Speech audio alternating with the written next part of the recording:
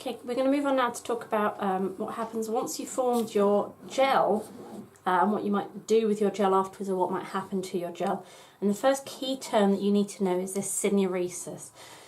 Okay, and the point with this is that once you've formed a critical number of bonds to cross-link your system into a network and form a gel, there may well still be plenty of silanol bonds left that can continue to react with each other via condensation. So you might have, you know, these strands of polymer that are cross-linked together with the water molecules trapped in between, but along those chains you might have, say, a silicon atom here and another one here that's got a dangling OH bond there and another one over here, and these can react together via condensation, the same condensation reaction that we've looked at, and form that cross-link here. And the effect of that is to draw these pieces of the polymer together, to pull those bits of the polymer together, and the whole network is strengthened because more bonds are formed between the various bits of the network. Something else which is critical in this is that sometimes syneresis, or often syneresis, can actually cause quite a lot of shrinkage and contraction of a gel network, and extrusion of the solvent. As it contracts, the solvent gets pushed out.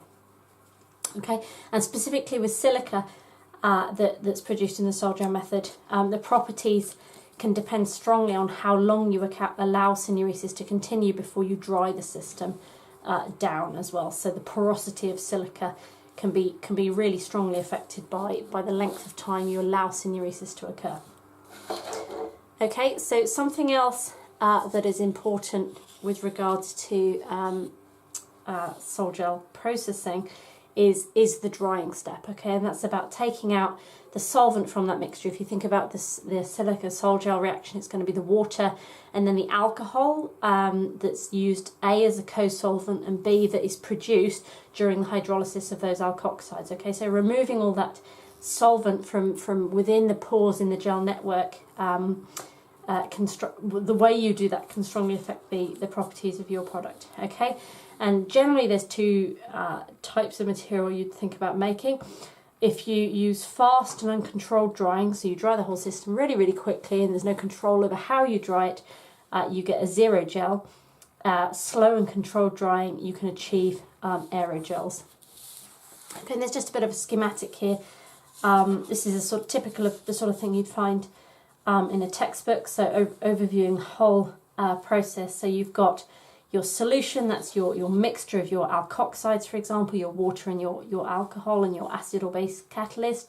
You go to your sol, to your gel, and then that drying step, as I said, if you dry down just really quickly, that whole lovely gel network collapses and you form a zero gel. Generally there's still a fair amount of porosity in a zero gel, but not nearly as much as if you used a special controlled drying, something like supercritical drying, so drying under supercritical conditions.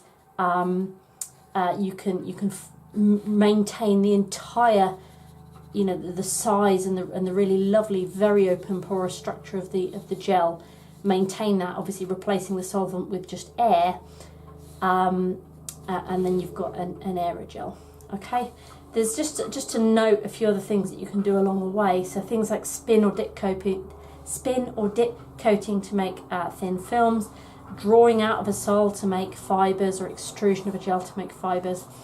Okay, and then once you've got the zero gel, we did mention very briefly in the previous video that you can then sinter that material to make quite dense ceramics or glasses. Okay, so this page really just goes into some more of the detail of what I've just said on the previous figure. Okay, and so the key step, as I say, with the really controlled drying is this idea of using supercritical fluids. Okay, so normally what you do with that is you replace the alcohol mixture, so the alcohol water mixture in your system, with the supercritical fluids, so something like supercritical CO2. Then when you decompress that, it allows that CO2 to escape without collapsing the network. Okay, I'll just touch on briefly. It's kind of a bit beyond the scope of this course, but it's interesting, and I think it's important just generally in a chemistry education. So the reason you get the collapse of the structure when you go from that the solvent-filled gel and you just dry the structure completely is basically because when you've got your gel, what you've got through your gel is lots and lots of little channels that are the pores. Okay, and this is where the solvent is, so things like the H2O and the ethanol. Okay, and a property that you associate with solvents, these things like water, is that they have a surface tension. Okay, so if you imagine a glass capillary and dipping a glass capillary in water, you know that the water will be drawn up the capillary and that it will have a meniscus. Okay, the reason for that is the surface tension, and that's down to the strong hydrogen bonds that exist between water molecules. Okay, because these pores within a gel are so tiny, the forces of surface tension are really, really large. So when you're drying a gel and that water is gradually escaping as steam being evaporated off, the surface tension of effects of the water moving through these pores are absolutely immense, and the effect is basically to pull in on the walls of those pores, and because the force is so strong, often the gel is not strong enough to withstand that and the whole pore collapses. Okay, so the whole network collapses as the solvent is extracted. Okay, so that's kind of beyond the scope of this course, but it's quite interesting. Okay, so once you've got your aerogel or your zero gel or whatever, I mentioned sort of sintering to form a dense monolith or something like a ceramic.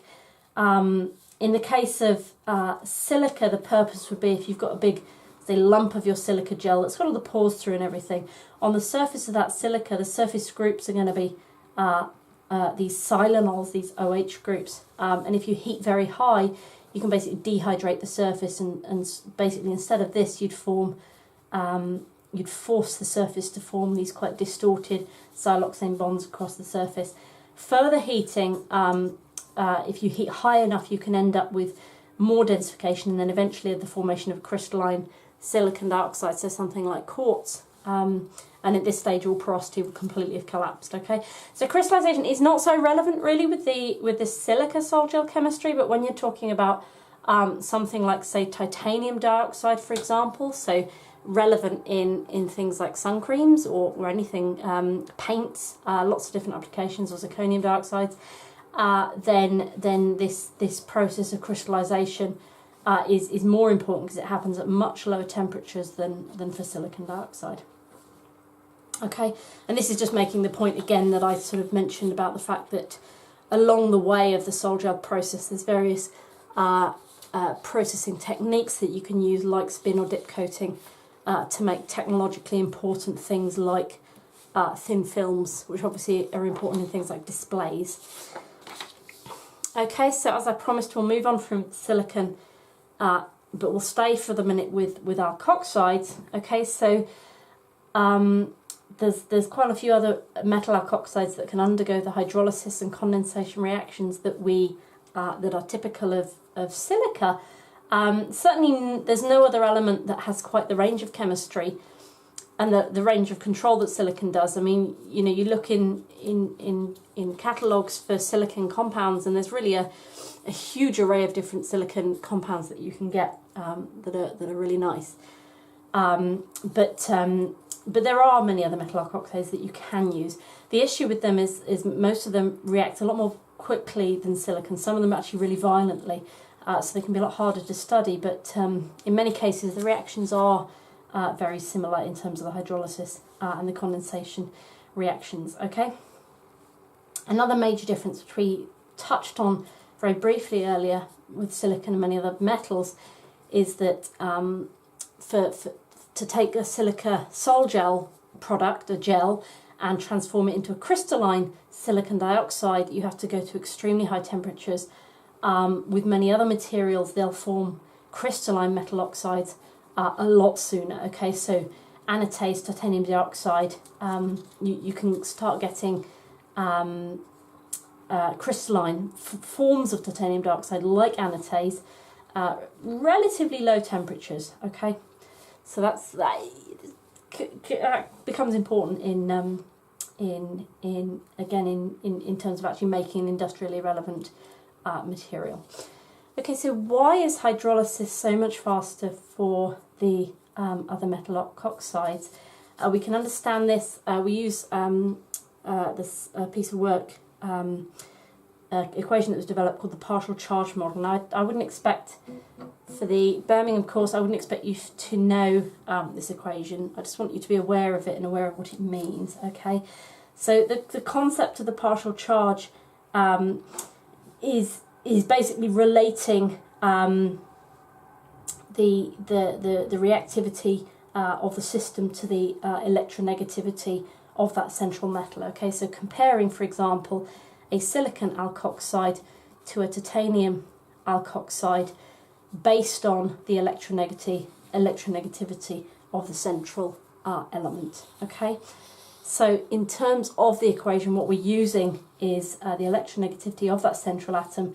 K is a constant, basically allowing for the fact that there are quite a few different electronegativity scales out there, okay, and then this is the mean electronegativity of the system. Okay, so as I said, there's a review article here that goes into this in a lot more detail, but I do just want you to be aware of this concept.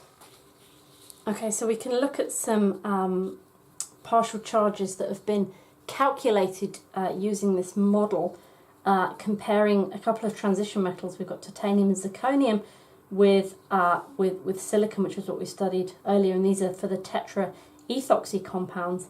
Okay, and the looking at these, because transition metals have much lower electronegativities than silicon. Obviously, silicon's up in the P block of the periodic table. The partial charge on the metal for the titanium and the zirconium is going to be higher than for that silicon. Okay, and those high positive charges on the metal tend to stabilise the transition state during hydrolysis, which basically means that the rate of hydrolysis for the titanium and zirconium ethoxides is much higher than for the silicon ethoxide, okay, i.e. the reaction is faster. Okay, it doesn't mean that solgel chemistry can't be performed with alkoxides such as titanium ethoxide, but you need to control conditions carefully, and it really is quite dramatic. So, you know, silicon ethoxide tetraethyl orthosilicate, you can take that and put it in a beaker with water, and they'll basically just form two layers that are immiscible. With titanium ethoxide, if you just open the bottle of the titanium ethoxide in air and leave it, you'll gradually form a sort of crusty white solid around the top of the bottle, because it'll actually just react with moisture from the air. Okay, so it's quite dramatic, the increase in reactivity. In the partial charge model, as I say, you know, we've not gone into it in a huge amount of detail here, but it just goes some way to sort of rationalising why it is that these transition metal ethoxides may be so much more reactive than silica. Okay, just briefly mentioning one way of stabilising things like titanium ethoxides in solgel chemistry and basically slowing down their reaction is using chelating ligands. So things like ACAC here will bind to that central titanium and stabilise it against hydrolysis. It's actually, there's some really lovely work been done on this sort of chemistry. Okay, so you can do your standard solgel chemistry, so your hydrolysis condensations with other alkoxides apart from silicon, and the reactions are very similar, but there are many systems where the metal alkoxide is just too unstable, or where you just can't even form it. Okay, so it would just be way too unstable. Okay, so this sort of traditional type of solgel chemistry isn't possible. Okay, but the principle of wanting to make solid materials from a solution-based precursor still stands. You know, it's still a really, you know, nice goal to aim for in being able to control, say, the structure and the form of an inorganic material. Okay, so, you know, why can't we just use, you know, all the water-soluble precursors that exist, like metal chlorides, metal acetates, metal nitrates, and use those to make metal oxide structures.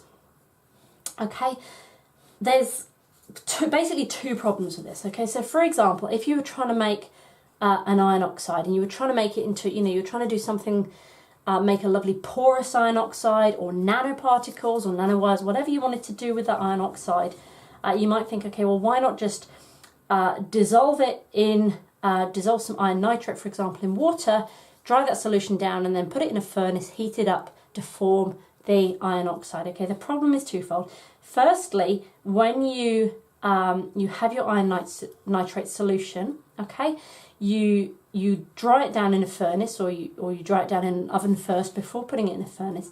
As that water precipitates out, you might just reprecipitate out your iron nitrate salt, your original metal salt, or some sort of hydrolyzed compound, okay, so an iron hydroxo species or whatever, okay, either as an amorphous phase or a crystalline phase, whatever, okay. And if as you're doing that, say here's your beaker with your solution in, and your solution gradually dries down, and you end up with all these crystals sort of growing around, or amorphous sort of precipitates growing around the walls of the beaker as you dry it down, then really what you're ending up with is something that's no better than just starting with your original salt but not bothering with the dissolving it in water. Okay, so you've got great big crystals. And if you're thinking about, you know, trying to go for this lovely controlled method of making an inorganic mineral, then, you know, this isn't going to be much use, and certainly not in making a lovely porous catalyst type material. Okay, the other issue with metal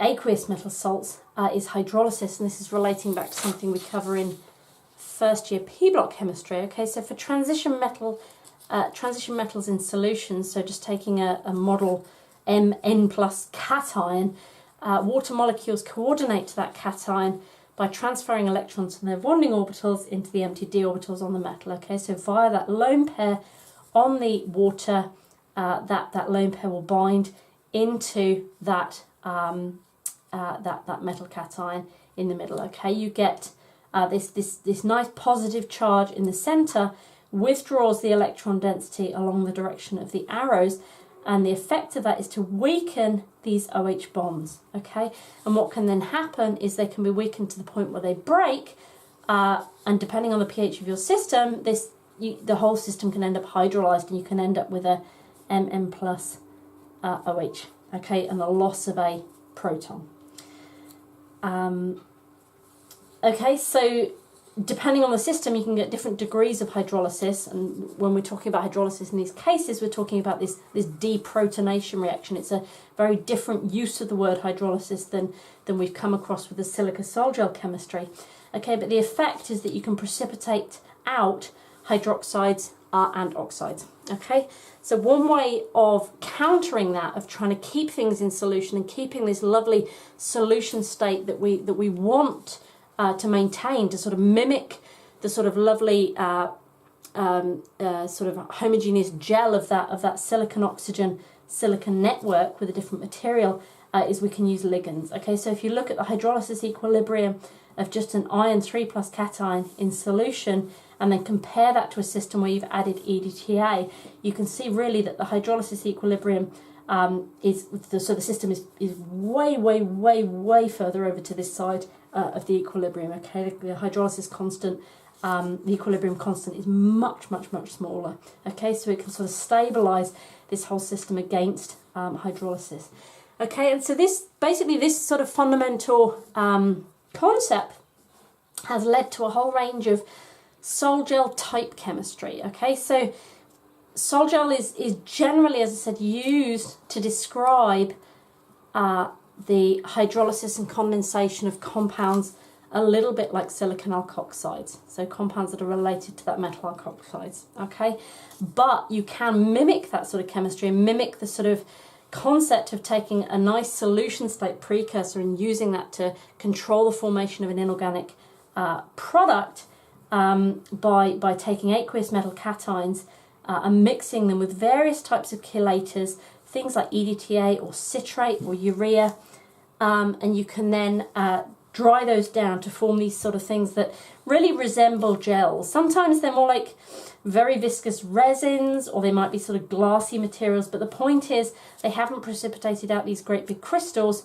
which are going to basically take us back to where we were with our solid state chemistry, where a reaction can only happen at the interface between two relatively large particles. Okay, so it's not really solgel chemistry, okay, but it's often still put in the same category, since you're still using solution precursors to make a solid state inorganic material. Okay, so sort of one of the most famous types of chemistry, and this is used a lot in loads of examples in the literature, in research of this type of chemistry. It's called the Bikini method. It was patented quite a long time ago. It basically takes this sort of a little bit further, and it says, okay, well, if we can take this chelator molecule, so something like a citrate, which will bind very nicely to the metal ions, which will stabilise them against, forming these oxide or hydroxide species, uncontrollably in solution. Can we then form a covalent network around these metal species by reacting our chelator molecule with something else? Okay, so we've got our chelator molecule, in this case our citrate. Can we react that with ethylene glycol? We can. We can do a transesterification reaction between these two groups here. And we can do lots and lots of those. So if we represent our metal citrate complexes by these little triangles, this is representing two of the carboxylate groups up here binding to a metal A and metal B. This rod sort of shape here is representing our ethylene glycol, our simple ethylene glycol molecule. If you mix them together and heat them up, you basically get this polycondensation reaction where the spare carboxylates on the citrates start to react with the OH groups of the ethylene glycol, and they gradually form this network. Basically, you've got a lovely covalent network of carbon-carbon bonds where your metals are trapped within that because they're still bound to the carboxylates of the citrate, or what were the citrate molecules. Okay, so what you've done basically is you've mimicked what we have with that silicon-oxygen-silicon network that we talked about in the previous section of the course. So here you've got a great big network of silicon-oxygen-silicon bonds. Here we've still got a network, except the network is made of carbon-carbon bonds, and trapped within that are our metals. Okay, so it's a very similar structure. You can see where the similarities in the chemistry arise, but instead of going about it via the hydrolysis and condensation of metal alkoxides, we've used a polyesterification of citrate molecules with ethylene glycol. Okay, and the nice thing about that is you can make this lovely covalent network, which is much stronger than just having a metal citrate mixture. And you can do that with loads and loads of different metal ions. Okay, what you can then do is take that metal polymer gel or resin, you can burn it in a furnace. The polymer, those carbon-carbon linkages, burn off in the air, releasing the CO2. But the important part is that that polymer sort of surrounds those metal ions, and so that when those metal ions start to react together and form your ceramic product, the polymer network is around for long enough to control how that ceramic product forms. Okay, so the metals are trapped in the network. So when you start to get crystallization, it happens sort of slowly. The crystallites stay quite small. Okay, so you can make nanoparticles or porous networks of your material. And another nice feature of this sort of chemistry is that you can have a fair amount of control over the in systems where you've got multiple different metals. Okay, so ternary or quaternary metal oxides, you'll come across those in things like superconductors. So yttrium, barium, copper oxide, for example, where you've got three metals. Okay, the nice thing about the Bikini method is that you can mix lots of different metals in that lovely covalent network, organic polymer network of the precursor, and then you can react them together to make your product without having to do this solid state synthesis where you mix powders and worry about having the reaction only happening at the interface. Okay? Okay, so just sort of a final point on the Bikini synthesis. Obviously, nothing's perfect, and the disadvantage of the Bikini synthesis is you do use quite a lot of organic material, which you then just burn away, which is, I guess, potentially quite wasteful. And sometimes you do have to heat the materials for quite a long time to remove that carbon. You don't have a lot of control over particle shape. So if you think about when we talk about biomineralization, living organisms have really quite amazing control over the shape of crystalline materials. So they can make these lovely curved surfaces or long, thin structures or you know, pores with very specific sort of structures to them and curves to the walls, that sort of thing. Bikini method is much cruder than that. So you're normally talking about sort of spherical tight particles or irregularly shaped particles. There are methods that have built on the bikini synthesis which offer more control in these sorts of systems. And then finally sintering. Because obviously, you know, bikini synthesis, you're still having to go to a relatively high temperature to form a ceramic type material, so it's difficult to make, say, discrete nanoparticles that you want to, say, float around in solution using a method like the bikini method, okay? Simply because heating particles over time, they tend to sort of start to grow together. So two particles that may just be sitting together may start to actually grow together at that interface and become sort of one single crystalline particle. And if that happens over a whole range of different crystals, then you start to lose some of the specific nice nature of the system. Okay, just a final note on this. You know, you might think, okay, well, essentially what you're doing with the bikini method is you're making an organic polymer around loads of metals. So why not just take an organic polymer that already exists and mix it with a metal, okay, to make your gel a little bit like this. And actually, there's a lot of research going on this. A lot of my research focuses on this.